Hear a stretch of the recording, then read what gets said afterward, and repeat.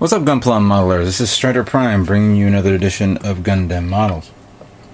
Today I'm going to review the September issue of Dengeki Hobbies.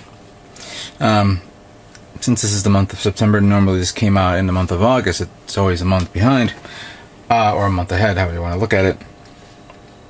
But this is the issue that came with the Artemis parts for the Age 2 normal Gundam. Like this, there it is. I'm not going to build this, of course, now. Just want to show you that it came with the magazine, and I'll definitely, even though I can't do it on my H2 normal since I painted it with the metallic coating, I'll definitely like to do this on the double bullet version. But I got the magazine as well, and I wanted to show the contents of this magazine as like I did with the Hobby Link version of the October edition. Now, there's one thing I should mention, and I had to correct myself in my last video. Dengeki Hobbies, you have to read it from back, from I think right to left, not left to right. Hobby Link is the other way around, like the normal way of viewing magazines. So in the first page here, you have some detailed stuff, but here's some kits coming out from the Tamashi Matos kits, I guess it is. No, I'm sorry, Tamashi Nations kits. And this one, of course, is the Brave series, and there's Gagaigar, Volfog. Don't know who that is, and I know I'm going to be corrected by Prime 92 soon, considering that we watched the entire series of Gagaigar. Here's a picture of the Space Cruiser Yamato 1/1000 scale that I picked up. I remember this character from Dissidia. Some more detailed photos here, and here's actually a photograph that actually me and Prime 92 commented the fact that they were making these specialized T-shirts that was like around, it says right here, 5,000 yen, but then you get a hanger with a 1/220th scale RX-782. Maybe is that correctly 1/200? Maybe there's some Japanese writing that can tell me this, but I guess I'm not seeing it. But it's a really small, detailed kit.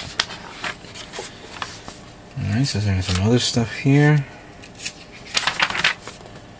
Some sort of card game called Descendants of the Marine Emperor. Here's a cool diorama picture of a Zaku 2, partially somewhat destroyed and out of commission, and a couple of kids are pretty much using it to play around, jumping in the water and all that stuff. The detail in the diorama is very well done.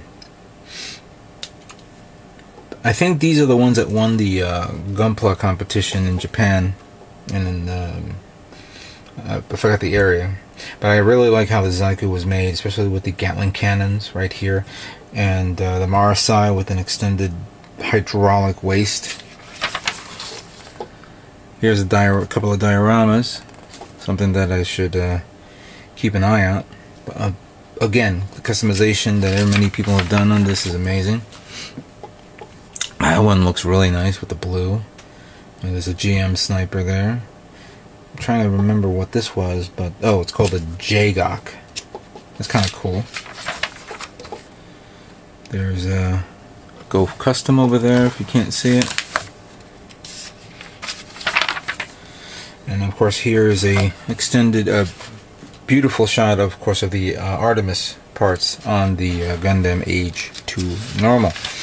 I mentioned this before, but eventually we're going to probably see aftermarket parts, like resin kit versions of the Artemis for the 1/100 scale master grade kit that came out recently. And even though I'm seeing some anime version of this, I don't remember seeing this from the movie. I think this is actually from the video game, the PSP video game that just came out recently. Like the Hobby Link issue, there's detailed instructions on how to assemble the Artemis parts, and of course how to detail it and paint it using different types of styles and techniques. Here's already completely painted and built. It's pretty nice, especially in the transformation. It looks really wicked. And of course, it's not relegated to, of course, the Age 2. You can actually use it on the G Bouncer, give it a different type of painting look to it. Here's another one with the Adele. I have the... No, do I have it? I thought I had the high grade Adele. No, I'm sorry. I have the Geno Ace 2. I don't know if it will fit with the Geno Ace 2. I'll have to test it out. Here's, of course, being used on the Dark Hound. I believe that yeah, that looks really nice. And here's, of course, H2 Artemis, but the white version of it, which I don't think you really need to get the white version of the H2. You can just paint it white. Here's some great photograph shots of the Dark Hound. Since this issue came out before the announcement of the Master Grade, Master Grade Dark Hound, you can imagine how it will look when it's in the 100 scale. This one's actually really nice. The jack edge. I should get this because I like that blade. It's really nice. And it has a nice stealth black coating to it, so you see a lot of cool things about it. Here's some other some of the other mobile suits that came out from the series.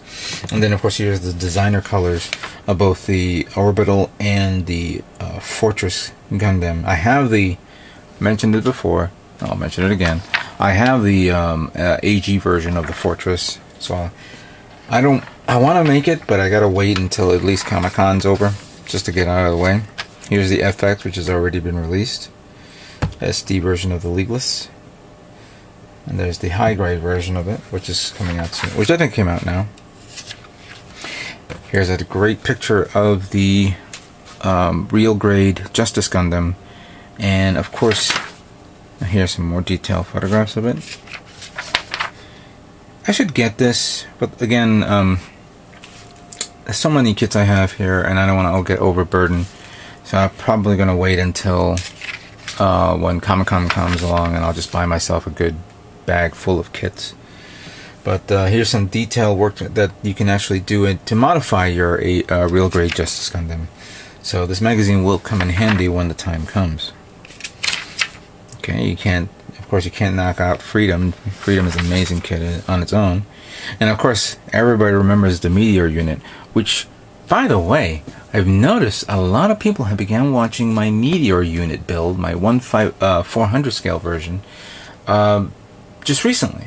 It's just now I've noticed a lot of people like it, and I guess maybe because the Gundam Seed series, the HD version, has been coming along pretty much every week, so everyone's in anticipation of seeing the Meteor unit again.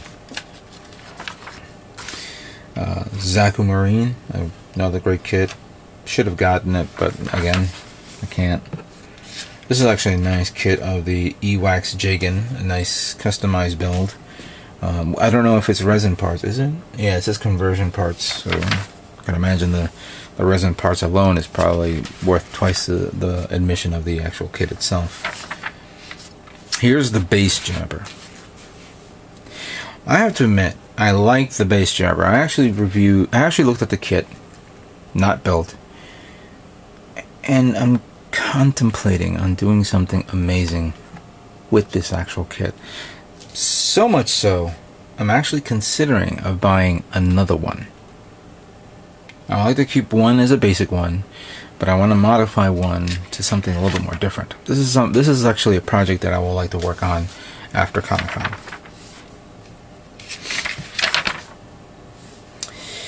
I remember this kit, the Galbali B. This is actually 1/100 scale version, but I remember the 144 scale. And for those of you who live in the New York area, there is a science fiction store known as Forbidden Planet. That was my first. I've heard about Forbidden Planet through a friend of mine, and this was back in the late 90s. And when I started working in New York a while back, I said I gotta make a trip to New York, to this Forbidden Planet, and see what's it all about. And I went there and I spent $30 on the high grade version, or well, actually the 144 scale version of this kit. So those were my fondest memories back then. But this should be an easy. I don't know. Maybe Bandai should look into making that as a master grade kit. What is this? Oh, this is one of the Advance of Z kits. Oh, the Crystal, which is the extra, the kit that's coming out. I think it just came out recently. But you can actually modify this and turn it into a regular mobile suit based on the aftermarket parts of movable joints. This is actually a nice picture of that. Some amazing modifications off that kit, so pretty nice. This section on Macross. More on the Age kits. And these are some of the kits that are actually coming out. They actually came out recently. Here's the clear version of the Blitz, the metallic coated version of the Age 2, high grade by the way, the metallic coating version of the Delta Plus, and I remember that fighter from, of course, episode 1, or is it episode 2 of Space Cruiser Yamato, 2199. Here's prototypes, photographs of the Aegis, and of course it was on this issue that they were talking about the real grade Zeta, which has been officially announced. Here's some prototype shots, of course, of the master grade Blitz, which is now available for those of you who are waiting for it. Or is it available? Excuse me, I would have to look up the release dates. Here's the Hambrow, which I remembered recently came out, and of course here's the white dingo version of the Zaku Sniper, and of course the 0080 version of the Zaku Sniper. Sniper 2, sorry, I'm saying Zaku Sniper, what the hell am I talking about? GM Sniper 2 White Dingo, GM Sniper 2 0080. Sorry, correcting me. Here's some SD kits and some other kits. Here's of course the Danzanin purple version, which is exclusive at the Hobby online shop, but I guess you can probably get it anywhere else. Gundam Converge kits, some paraphernalia and things like that, and just some other things that. Things to look at here. Here is the manual on how to build the Artemis pouch. There's only 2 pages, so it's all in detail here. So you don't have to say to yourself, where is the manual inside the box? I see here a poster, and this is based off the new animation series known as Mu-Luv Alternate Total Eclipse. There's an interesting mecha design that these guys are making. And I've been interested in picking up the model kits, but I haven't seen any. I haven't checked online yet to see if the models are available, but I will definitely like to get them. I think this is based off Kotobukiya. Yeah, this is Kotobukiya brands, so it's really nice. It's really like a cool looking kit, and some I can imagine the modifications that it can give you. Okay, here's a custom build kit of a Walker tank. This is based off the Steel Battalions 2 game that's coming out, which I think is going to come out for the Xbox 360 for those of you who have an Xbox machine. Yeah, this is kind of cool. 1/35 scale, that's kind of big. I can see a lot of modifications like this, and I wouldn't be surprised if I see this at next year's MosquitoCon show, if they decide to put this in part of the armor. Here's some more walkers right there. Here's a Sherman tank. And some other stuff here. Alright. Before we get to this, I'm going to end this segment. And we're going to continue on with part 2. We'll talk about 2199 Yamato.